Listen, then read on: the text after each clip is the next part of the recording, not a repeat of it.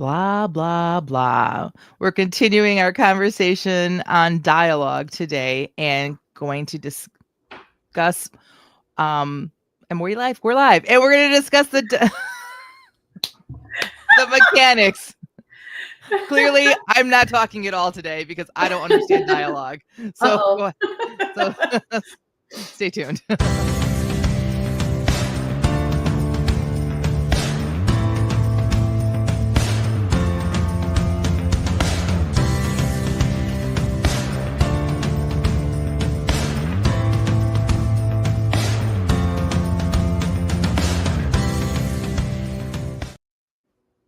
Hello and welcome to the Christian Indie Writers Podcast, where we inform, encourage, and support Christian indie authors on their journey to publication. I'm Jamie Hirschberger, and I write short fiction under the pen name J.R. Nichols. I'm Jennifer Carl Tong, and I should not message Jamie once we go live. I know. What is going on? You can hear the dings and stuff? Like, could you hear? Yeah. That's so crazy. I'm so sorry. Yeah. No, all I said for everyone else out there, all I said was that was a dumpster fire. Sorry. I really expected all of my sounds to come through my headphones. That's a really weird trick that I've got set up there. Yeah. I don't even know. Ta-da. Anyway, hello, welcome. Yeah, here's the deal. We are a handful of moms, wives, disciples. We got some guys out there too. Well, I'm saying as hosts. Oh, as hosts, yeah. Yes. And, sometimes we're more Mary than Martha. Most of the time we're more Martha than Mary, whatever. And so the point is we don't always have everything 100% perfect. We like to say that we're homemade. So we do appreciate all of you who understand that it's authenticity you're getting here, folks. Mm-hmm. And we really appreciate you. Today, I am Mary and Martha's little sister, Maggie, the youngest of the family, who's out picking wildflowers in the field, letting everyone else do the work, because I'm clearly like head of the cloud. Maggie, just kidding. That's not biblical. Don't come at me in the comments thinking like that's not in the Bible. Well, since it's not in the Bible, she must be the middle sister and not the youngest.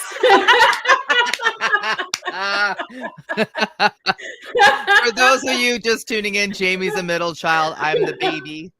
But I am the firstborn female of the family. So I have both firstborn and baby traits. So yeah, but I have zero middle child traits. So what about me? Okay, anyway. Thanks everybody for tuning in. We love all of our community and we super duper appreciate your support. Thanks for those of you who can tune in live at 10 a.m. Eastern. Today we've got Christy and Piper and Catherine already saying hello and good morning in the chat. We do appreciate you. And we appreciate anybody who's able to catch us on Spotify or Apple Podcasts or wherever you can find your favorite podcast. You will find us there as well. And Jen, that's a lot and thanks to you. So don't feel like you're not contributing. Jen makes that happen. And if you like what we do, tell your friends. If you hate what we do, tell everybody so that they can come and see what's so despicable about us. Okay.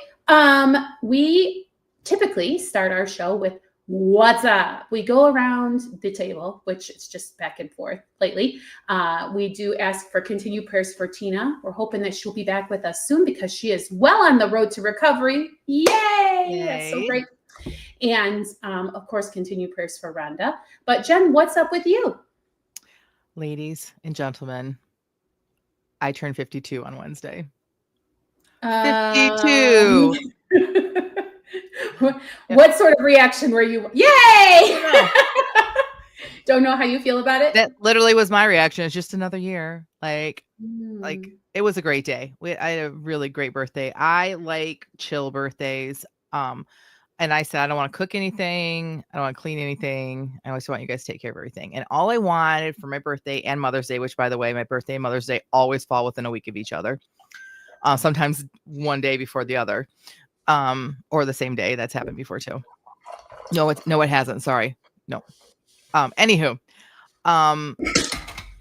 as I wanted some garden beds. Since we've moved here in 5 years ago, I left behind my raised garden beds at our old house, and I have not had even the gardening bug. I've just been too busy doing other things in the house, and I happened to stop by a garden center a couple weeks ago, and I'm like, I'm done. I'm in. I'm ready to garden again. And so I've been designing what I want it to look like, and I know what we are mistakes we made with our last boxes and how I want them this time. And so, anyways, that's all I asked for. And then shopping with my daughter. Oh, I should have brought it. It's a show and tell. I guess I'll just throw it in our Facebook group, which there, if you're not a member, the link is in the show notes. But we were at one garden center, and you know how they have metal like Like garden troughs? like no like accessories, like they'll have the Oh, flowers that the wind hits them and they spin, or like yeah, yeah, they yeah. also have like animals, right? And some of them are fun, like these like bright colored frogs and whatever. Yeah. There was this, I'm not even gonna tell you what it is. You're gonna have to go to the Facebook group. We're done here. All I'm gonna say is his name is Jorge. And my plan is he's gonna move around and just surprise us where he's gonna be when you're out to the garden. Like all of a sudden he's gonna be peeking out the corn, or you just have to go to the Facebook group and see it. I love that. And you know what? Your child will come home and put googly eyes on it. Yeah. About a week before my birthday, my husband, oh, you don't, when you see it, Jamie, it doesn't need googly eyes. About a week before my birthday, my husband said to me, he's like, listen, Chloe wants to get you something that I'm like, there's no way your mom wants that. And I said, I don't want to hear anymore. If she wants to get it for me and she's convinced I want it, if I hate it, then maybe we'll have, I doubt that I'm going to hate it. And so my oldest daughter and my youngest daughter, my husband, all three of the girls went with my husband, and they went into the garden center because she and I had been shopping around, and she started to show them this item. And my oldest is like, yes, 1000% yes. And my husband's like, really? Like, it's just so funny. Like, my garden is going to be very like, because I like things, don't look at my office right now, but I like things to like match, and I like symmetry. And so I've had this like planned out how it's going to look as much as you can with a garden, because things start growing and get crazy, right? But this whimsy is going to be my favorite part of the garden, and I'm so excited. So I totally get it. I totally get it. And a lot of times the reason that things are how your desk is because the concept of it being perfect is so overwhelming. Like to get it from yes. where it is to where you want it to be, you know the effort it's going to take. And so why bother? Because your vision for it. Yes. This book here, which is funny, I had it within reach. The Birth Order book by Kevin Lehman is the first book that, like, it's really to teach you about like why you are the way you are, why your kids are the way they are. But I learned so much about myself, including that like I am a perfectionist, and I'm like, I can't be a perfectionist. My house is a wreck. That's why my house is a wreck, is because I get overwhelmed because it can't be exactly the way that I think that it should be. So I move on. Like, so yes. I'm working on it, like, but again, this is like not priority. The rest of the family doesn't see this or have to deal with this. So only you guys get to deal with this. This is where I dump things. You. Yes. Mm-hmm. My head covers most of it when we podcast. I'll just sit like this the whole episode. Oh, that's awesome. Oh, we've got a happy birthday in the chat. We have yay for Tina's recovery. And hello to Sadie, who's also joining us with Mom Christy as she is homeschooled. Yeah. Piper says she's planted peas so far. That's all right. Me too. I planted peas because I put a little garden bed right by my chicken coop. So peas, broccoli, a couple different kinds of cabbage, some cauliflower, onions, all things that are cold weather crops that do better in the cold weather. Those are all already in. So yeah. Fantastic. Catherine says her what's up, still recovering from illness she picked up at a writing conference. Womp womp. I finally feel well enough to read a little, but my brain is not ready to write. Oh my goodness, you didn't go to that 1,000 Stories, did you? Did you guys hear about that writing conference that was like a total bust, and like people are angry and demanding their money back and stuff like that? No, but I want to hear about this. I know, it's like hot tea, although I'm not informed enough to actually spill. But apparently it was supposed to be some kind of like fantasy ball situation, and it was completely underdone. I think that probably the organizer just bit off more than she could chew and didn't understand what was really involved in putting something like that together.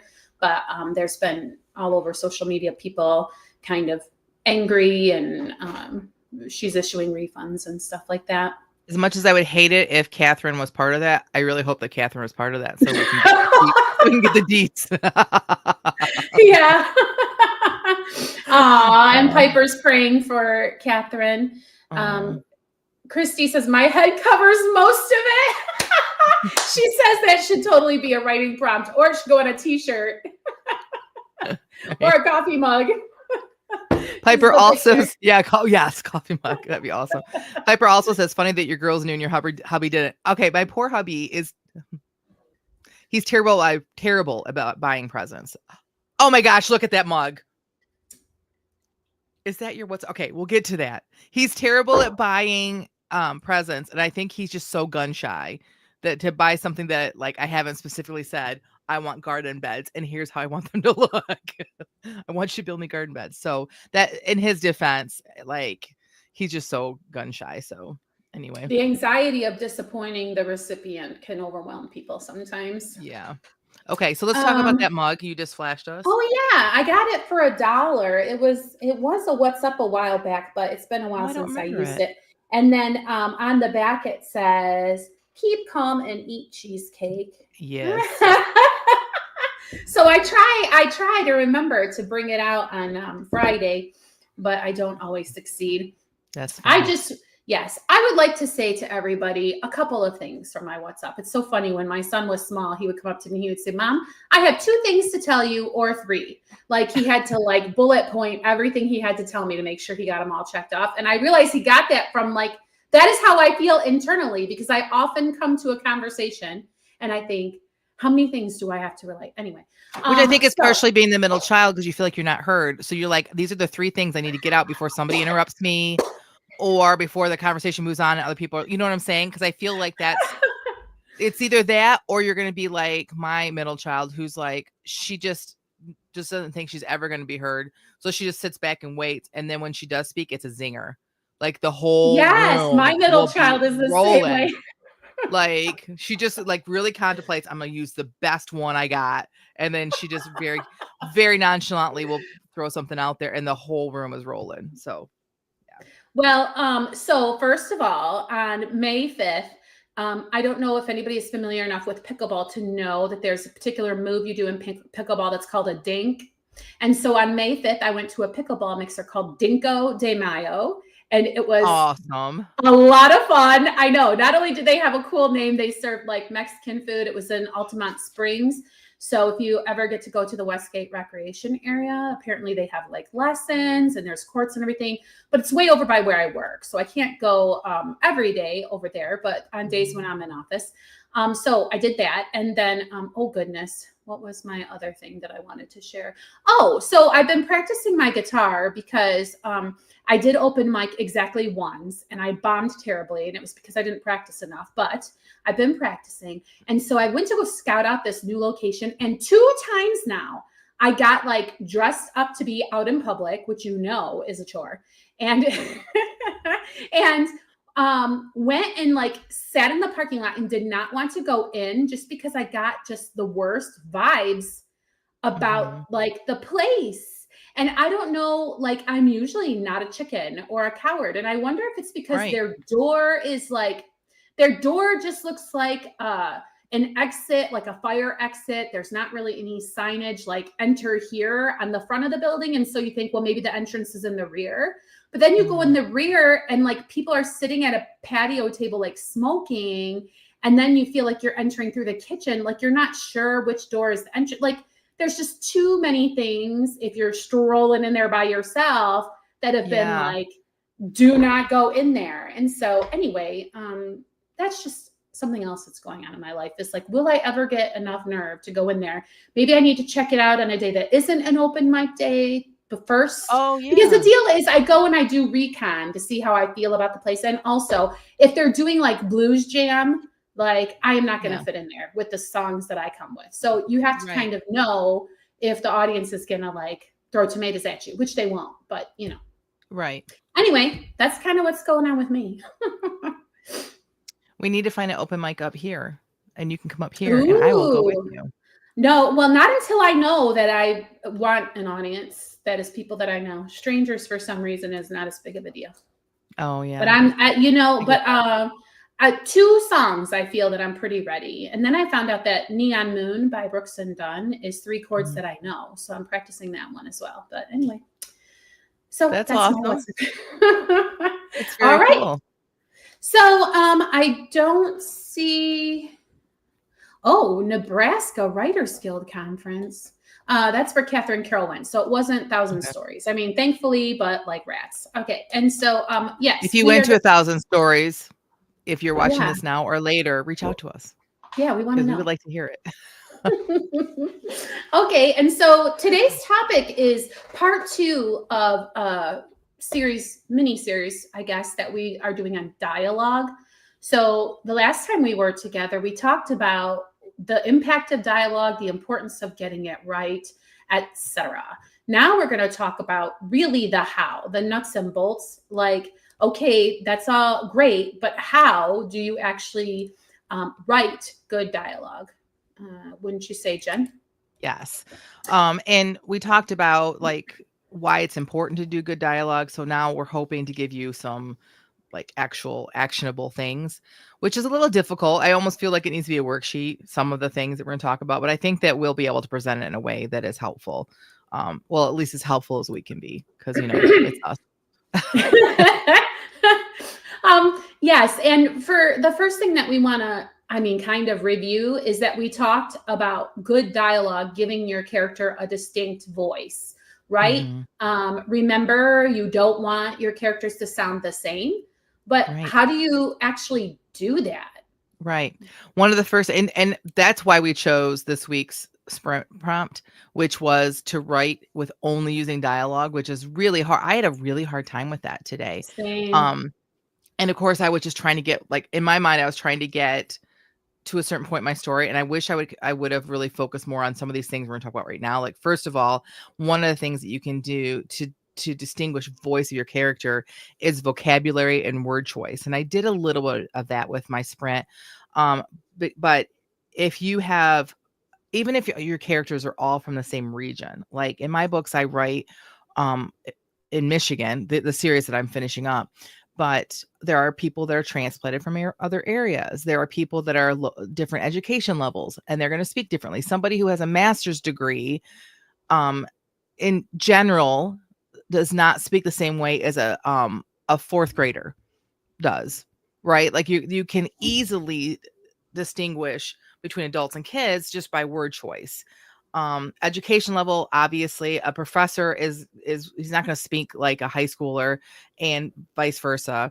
So you can show a character's background sometimes just by their word choice, even if they're the same age. You can make someone like either be snottier or like a higher education level just by choosing words that are more appropriate for that person. It's very interesting. I recently read some Henry James, and in the novels that I've read, he has decidedly working class characters and decidedly not working class Mhm. characters. And sometimes they're even engaging in dialogue with each other.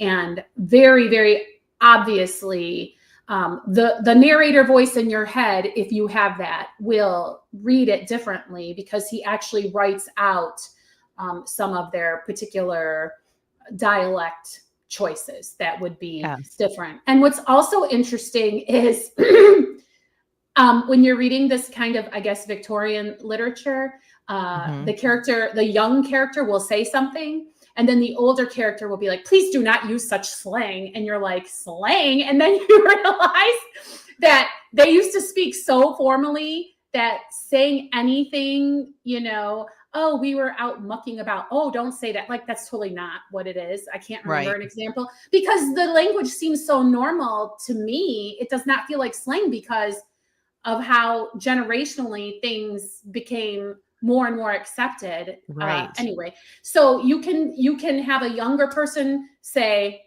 "No, brah, you're doing too much," or whatever. You sound so young, It- Jamie. yes, it would be like that, or skinny Right. toilet or whatever. And then But then I guess, you have to be careful, right, Jen? Like you don't want to overdo it. Exactly, especially with like regional influences.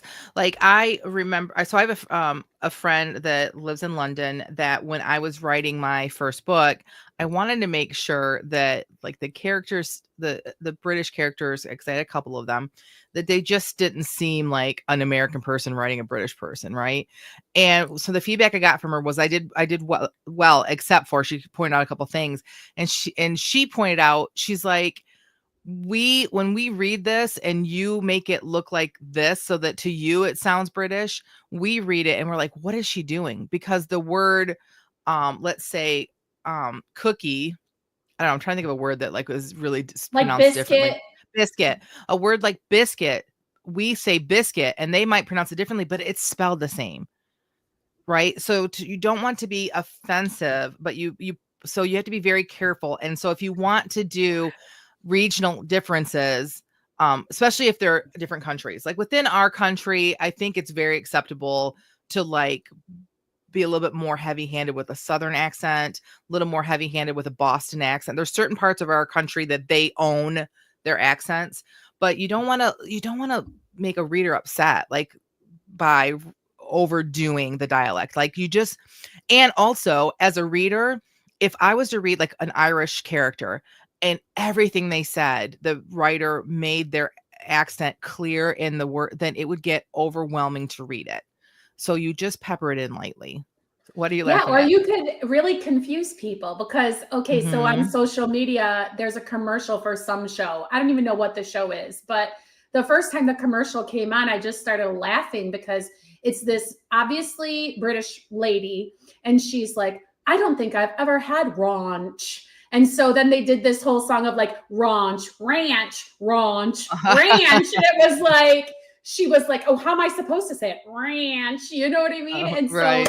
like you could really confuse people if you tried to phonetically spell out the way that she says ranch just to kind of Right. like make a point. People would be like, what is raunch, right? Like Right. how how are you spelling that? So Right. you don't want to Exactly. confuse or irritate your reader. Right. And one other way for doing voice that I want us we should talk about too, I think, is occupation or lifestyle. Like you kind of hinted on that when you were talking about your Victorian the thing that you were reading. But like when I talk to my mechanic, he never talks down to me, but he also still uses language that is about his profession that shows that he knows what he's talking about. Doctors, the same thing. It would be very easy to write a doctor talking with someone else and you'd be able to read which one is the doctor, because a doctor is not going to say that little thing that hangs down in the back of your throat. No, he's going to use the medical term for things because he knows the medical term, and in his field it would be common to use it. Now if it's not common for a doctor to use a term and do that, like then it doesn't feel natural either. So again, you need to know your characters, right? You need to know who they are before you start writing. And if you don't, then you need to spend some writing exercises just getting to know them, like our sprint today. And pay attention again when the next time you're in an environment where there are mechanics, like try and see if Yes. you can pick up those things. Sort of like when I write in the restaurant realm and I use the terms that are specific to restaurant. Right. Yeah. Yeah, you write Okay. so well in that. Like it just makes me feel like I'm right there. I love it when you write in the restaurant world. Mhm. Sorry, appreciate that. Sorry, my throat is froggy. The one last thing about how people actually Like are talking is like your sentence structure and rhythm. People will speak quickly when they are in moments of anxiety and they will slow down when they are relaxed, right? I was running a little late this morning, just a little. And we were 4 minutes late, which compared to other live podcasts, we were doing great. But I was running a little late, and Jamie's like, Jen, like, and I didn't even realize that I was talking very fast because I talk fast anyway. When I listen to this podcast afterwards, I don't know why anyone tunes in because I am like, because I'm just a fast talker. But when I get like nerved up, it's ridiculous. Like I don't know how anyone would understand that. Uh, so how do you write that, right? Well, you write it with short, choppy sentences. You write it, the words, write them like don't give them big long words because even if a person who is nerved up might use that word, it's not going to read that way. Like, you have to think about how is it going to come across visually to the brain of the person who's reading it. So short, choppy words, short, choppy sentences. Um, and then the opposite would be true for somebody who, like you said, who is at peace or who is not nervous. But I also think like people that are long-winded, it's really easy to write those people Oh, because yeah. they use big words when they don't need to use big words. And those people are kind of fun too, because we all know those people. So. Oh, look what Piper says. We tune in because we love it here. Aw, Yay! Love thanks, you guys Piper. and your listeners. That's right. Oh, that's so Thanks, sweet. Piper. That just makes me warm and fuzzy. Okay, and so emotional tone, are people being sarcastic, formal, blunt, etc.? The interesting thing is sarcasm. Like if you can pull off sarcasm, like I feel like you have to really set up a character before you can start writing in sarcasm, because Yes. otherwise your reader will be super duper confused if in chapter 1, you know, basically it seems like your one character is spitting lies because they're being sarcastic. Right. And if your reader has information that the characters don't, like the reader knows that the one character just lost her job and everyone in the room doesn't know that, then the character that's lost her job can make some sort of remark about um work or whatever, and the reader is going to know. But if you haven't set Mm-hmm. that up, then right, it just seems like lies or it just doesn't make any sense. So But that is how you can, okay, all of this is under the umbrella of differentiating your characters and making sure not every character sounds the same. Because remember, that is your goal. You want to make sure that your characters each have their own identity. And by having them speak in these different ways, that's how you can accomplish that. mm-hmm. So, the next thing we want to talk about is how to do dialogue tags and beats. Now, what's so funny is first we're going to talk about dialogue tags, and it's, I think, so fun. The next time you're together with writers, if you're one of those people who just likes to like wind people up and then sit back and watch the chaos, just introduce dialogue tags as a topic of discussion and let people go and open the popcorn. People will fight to the death over comma placement. They really will. And it's funny because like in my circle of non-writer friends and family, like I'm kind of teased about being the like the grammar Nazi, which is funny because within writers, I feel like I make lots of mistakes. We all do. Like I have to have an editor too. I make mistakes when I'm speaking, say the wrong words and all that. But one thing I will say for writing for so long, also being a former English teacher, it drives me crazy when people don't do the right kind of dialogue tags. They don't put the comma in the right place. When they try to use words other than said way too much. So let's start there. All right. Yeah. So The word said has been demonized in our arena so much that I just want to get t-shirts that just say said on them and wear them. It is okay to say said. It's an invisible word. When there's scientific proof that when we read, we skip a lot of words because our brain starts to realize that the word's already there. So as you're reading, it just skips it. Some people skip more than others. That's why there's different speed reading. Right? They like a person can train the brain to pick out the words that are necessary and get the context of what they're reading. But said is one of those invisible words. Now, if you only use said, then super boring, right? But if you avoid using said, then your writing is going to be so superfluous. It's going to be hard to read. It's going to feel like you're trying too hard. I don't know how else to explain it.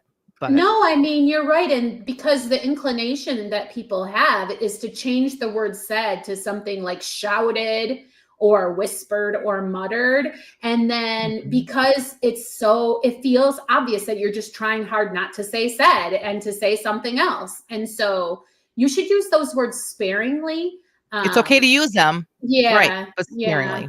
And now it's so funny because, you know, here's an adverb: sparingly use adverbs, which sparingly isn't. Okay. Anyway, so you want to avoid them. And instead of using something like angrily, you can do like a stomping out of the room after, which we're going to talk about using action instead of dialogue tags shortly, right? Right. It's like, here's the hierarchy. It's almost like an upside down triangle. Yeah. The word said you use at the most. And Mm-hmm. then coming down, you use tags that are like shouted or, like, would you say muttered? Mm-hmm. You use those more. And then adverbs, you use like, try avoiding, like, you might use Mm-hmm. one or two in your whole book. And how do you avoid adverbs? You, instead of saying she said angrily, you say she shouted, right? So when you need to, then when you really feel like you need to use an adverb, instead use one of these words that we said to use sparingly. But Mm-hmm. really look at your writing and decide, can I just say said? Can the Yeah. words that are being said and the way I'm setting up this scene, do I really need to tell my reader that she's angry? Sometimes you do, but in general, said it can be all that's needed, or avoid it altogether and do the next No thing tag at all. do the Yeah. next thing we're going to talk about, which Yes. is action Action beats. beats. Mm-hmm. Yep. Now, before we get into action beats, you can also not put said or anything. Yeah. We did a whole sprint today where we only wrote dialogue and we didn't once use a said, an action beat, adverb, none of it. So sometimes that can work, especially if somebody is super duper angry and they're just giving a clipped answer. To not put she said can really help communicate that. Yeah. So there were only a couple times in my sprint today that I was like, oh, I wish I could like go internal. And I was like, Mm-hmm. that's dialogue, right? Can I do internal? And then I'm like, no, I feel like that's cheating on today's prompt. But when I go back and edit this, if I'm going to use it, I'm going to put some internal and I'm going to put a little bit of tags. But ultimately, it's an argument. And an Mm. argument, I would argue, should be just dialogue. Like, you're in the middle of it. When you're in the middle of an argument, like, you Bah, even bah, bah, bah, yeah, bah. when I'm Yeah. arguing with my husband, I'm not thinking clearly. Oh, I am reacting. And so when you're reacting, it's like do, and that's how the reading, when you read it, that's how it should feel, is that the reader yes. should be in the middle of it too. So, Yeah, because all of that, those other words will slow it down. It will slow the mhm, pace. yeah. And, if you have enough time to be clear headed, you probably wouldn't say that next thing. Right. Exactly. Right. Yeah. Which is just so juicy for your characters, right? Like, I love it. Like, if they would just slow down, they wouldn't have said that. But ooh, it's so good for us as readers that they said that. Yes, Like, and why it's good practice in real life to take a beat before you speak, right? It's exactly. that's the advice you get. Okay, so our Hold on one action second. beats, Whoops, yeah, sorry. yeah. Christy, it's actually, this is Sadie. A book series I was reading, this is Sadie, by the way, kept using the word murmured every few sentences, and it made me nuts. I think I agree. All right. So here's something too. If you want us to know that they're murmuring, tell us once. And as they continue speaking, we know that you've already told us they're murmuring, right? You don't need to And keep reminding us. like seriously, murmuring, like, did you just come out of a coma? Are you like sleep talking? Like to murmur to me is like such a very like whoever murmurs anything. Like, I mean, I suppose if you're in the throes of a passionate embrace or something, you might murmur, but like really, anyway, enough And about here's how that. you could do that without even telling us. Like, I hate broccoli. What did you say? Nothing. So Right, we but already even know. then, yeah, Yeah, we know that they murmured it, or they at least like said it quietly, right? mumbled. That's a mumble. Anyway, I'm just That's true. arguing about. That's true. I'm just That's I'm true. just being too precise about my definition at the moment. Don't mind me. I also would be aggravated, Sadie. I gotcha. Hmm. But yes, Jen, your point stands. You know that they're not saying that out loud. You know that that's an aside because they're not wanting the other character to hear it. Hmm. So the tag is unnecessary. Okay, but what would be an action beat, Jen? In your I hate broccoli example, how could we replace any dialogue tag with an action beat? So I hate broccoli, she said angrily, which is the worst, right? I hate I hate broccoli, period. End quote. She grabbed her plate and threw it across the room. So much better, right? Like, that's wow, she really hates broccoli. And is Like, there any doubt that she is angry? No, there is not. nope, nope. And what's the reaction going to be from the other person? Oh, let's keep reading. We want to know now. Yeah, yeah, Yeah, for sure. Way exactly. better than she murmured, for sure. Be I love it. beats show, so what a beat is instead of saying she said or she murmured, you end the sentence. And then the next sentence is going to be an action. That's why it's called a beat. So it's an action that tells us how they said it or what their emotions are or what's happening in the room. Like, so like that. So they show emotion, they can show movement, like, I hate broccoli, period, end quote. She got up and left the room. Okay, so now she's not in the room anymore. How's that conversation gonna, like, is the conversation over? Is this person gonna chase them? Do you see what I'm saying? Like, so they can, and it could just give mood too. Like, I hate broccoli, period, end quote. Tears began rolling down her face. You just gave us 3 entirely scenarios, like throwing the plate across the room, getting up and leaving, and tears coming out are 3 entirely different moods that you have now set up for the reader. Right. That's and you just crazy. Decide. Yeah, I think beats are the way to go. Can it be overdone? Yeah, so tell me, right. Okay, so now this is different than she said. This is different than ending the quote with a comma, end quote, and then she said, slamming her plate on the counter. So, like, explain to me the differences and tell me a little about that. About how overuse? Yeah, well, I mean, like, how is it different? How is it different to put that period at the end of the sentence and then just state the action as opposed to comma, she said, slamming her plate on the counter. Yeah. All right. So when you are writing dialogue, it's quote, then it's the dialogue, comma, end quote, lowercase letter, unless it's a person's name, then obviously it's capitalized, and then the tag. So quote, I hate broccoli, comma, end quote, lowercase s for she said, period. When it is a beat, it is quote, I hate broccoli, period, end quote. The punctuation is always inside the end quote. Yeah, I made that mistake a lot. So, and then it's a whole new sentence. So whatever it is, that the first word is going to be capitalized. So then it's a whole new sentence, and it's going to be some sort of beat. It's going to some sort of action to give us either the mood or the movement of some sort or the emotion that's happening. That's what you would do with a beat. Okay. And so, yeah, now let's talk a little about overuse, Jen, because I have a great story. Yeah. So when my first book, I'm so proud of it. So proud. I thought, I edited it to, I'm like, this is great. I can't wait to publish. And then I sent it to an editor. And I'll never forget my editor after the first like 3-4 chapters, he contacted me. He's like, why do you always have to have something happening after they say something? So this is what I was doing. I hate broccoli, comma, she said, comma, leaving the room. I love asparagus, she said, comma, jumping up and down. I was always, she said, comma, and then an action. Almost every single dialogue sentence, I was doing that, and I didn't realize it. But I felt like at this point, as a new writer, I thought part of writing was kind of controlling the whole visual, right? But I'm not writing a script. You want your reader to understand what's happening without controlling every single thing. Let your reader figure some things out themselves. Let your reader bring some of their own experiences into it and their own imagination into it. I did not need to let my readers know every single thing I thought was happening in the room.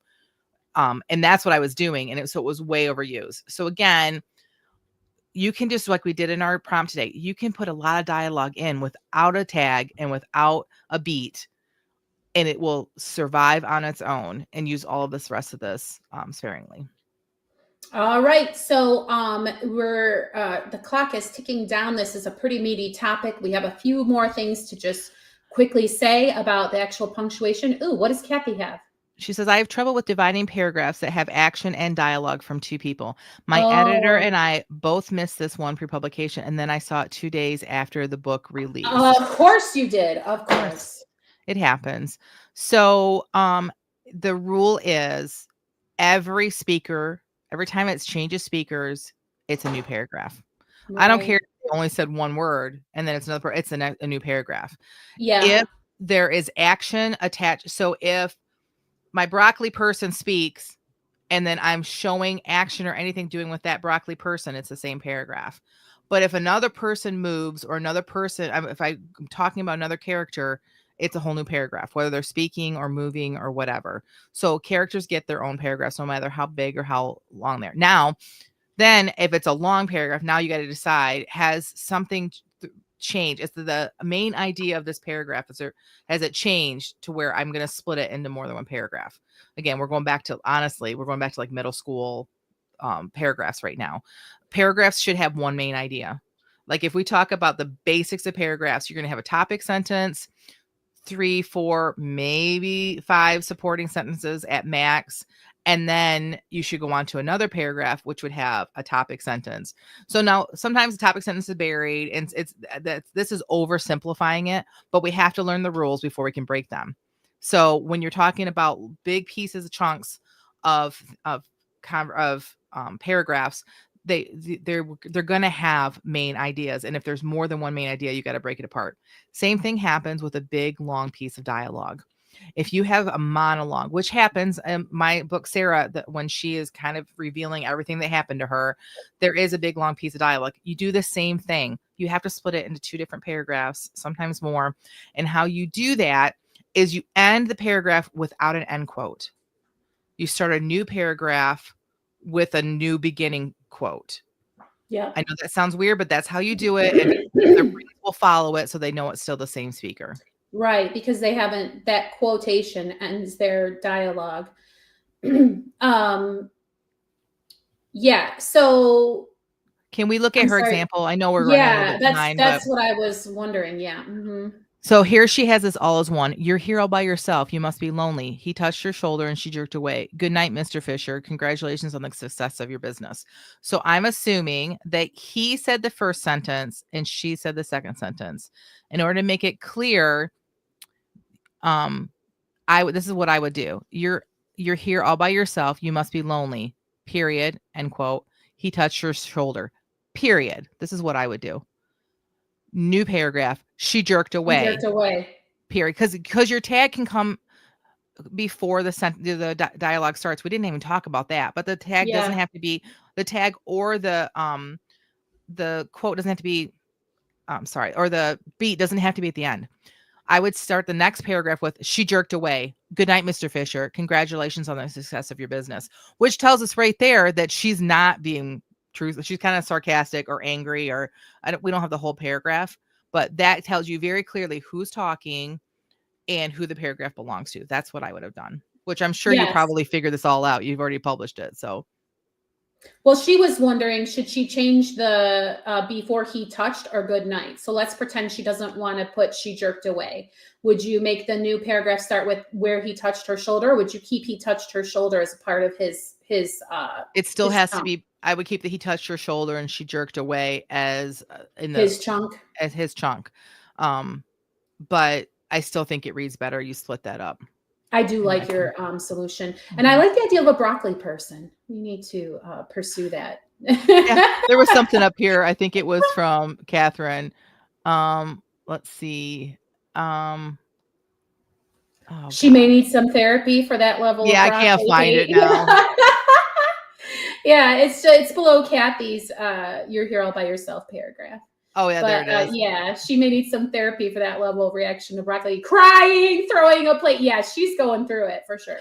Piper says that punctuation inside American writing, outside in British. I have not seen that. I'm not disagreeing. You might be right, but I've not seen that in any British books that I've read. But I'm going to have to go look that up.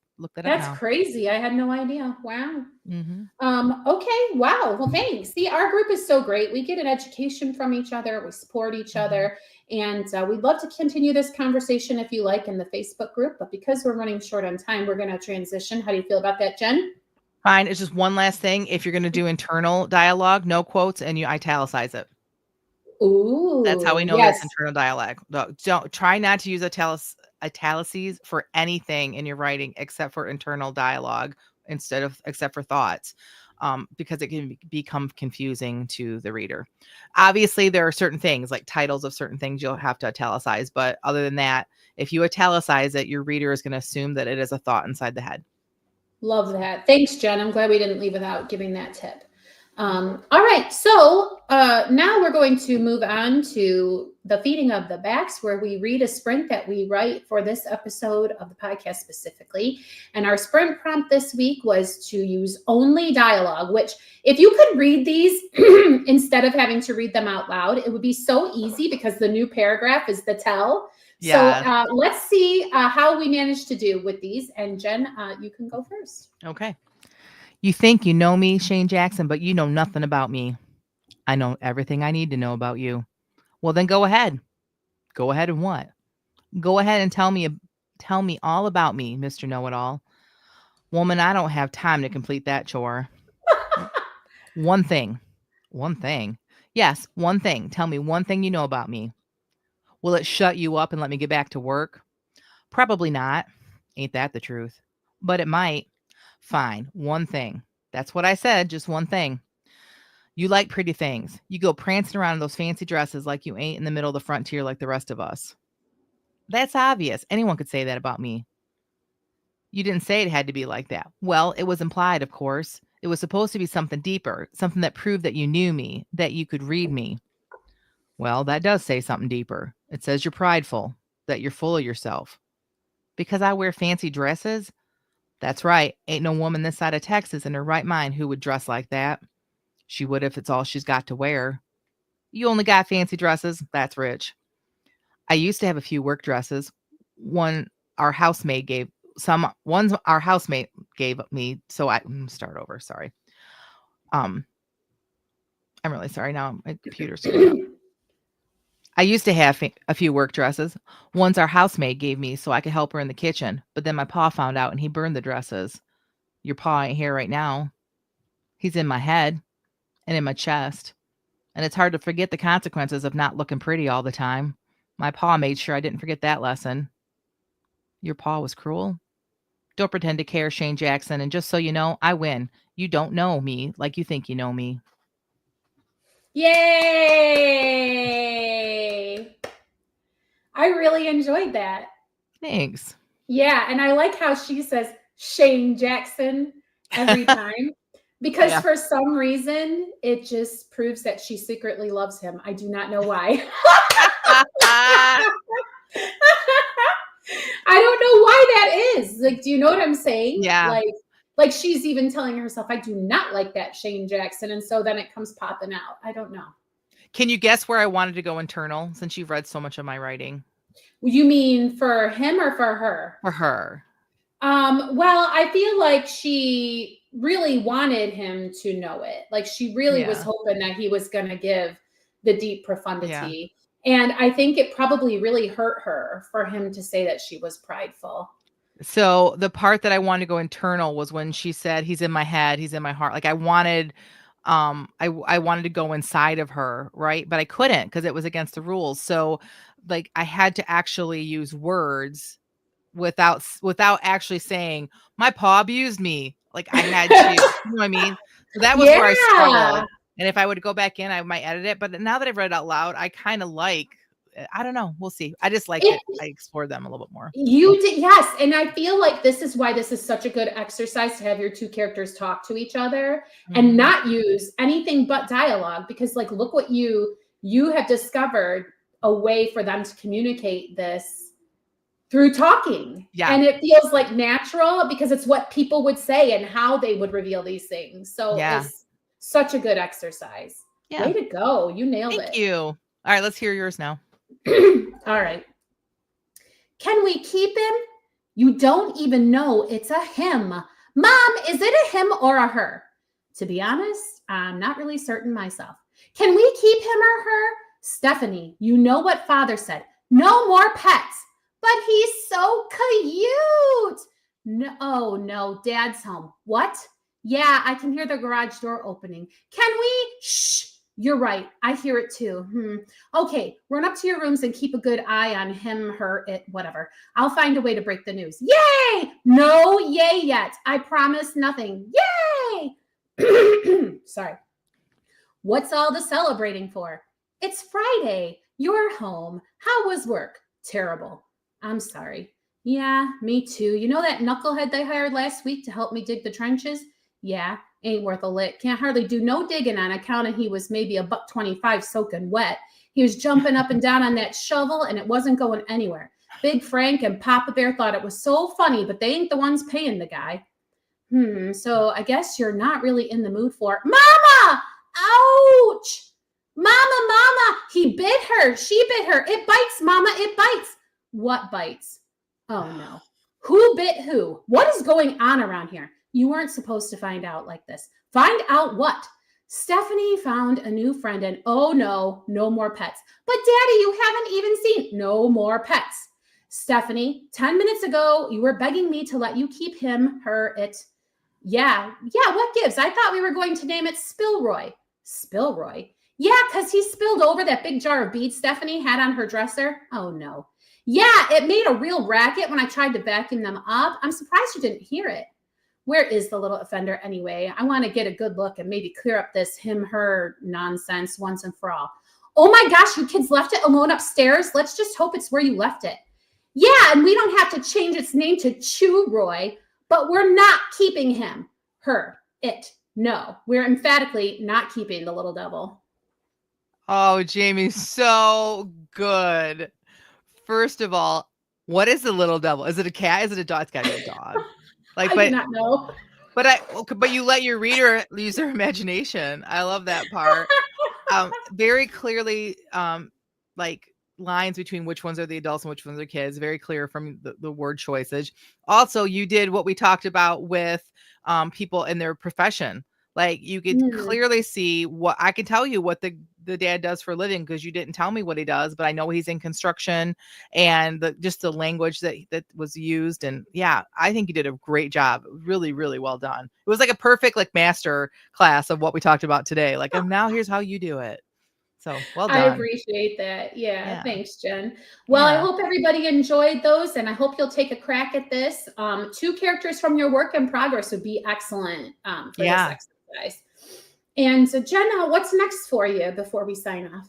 I'm still working on book cover stuff and it's Mother's Day this weekend. So this weekend's really busy, but still trudging along. I'm still working on book 1 of The Widows of the West and trying to actually figure out these characters. That's I think what it's a problem for me is I thought I knew them, but I don't think I know them well enough because I was writing the one character with a Southern accent and realized, no, he's supposed to be from the North. What am I doing? So it's time for me to do some exercises like this week so that I can really get inside their heads. So what about you, Jamie?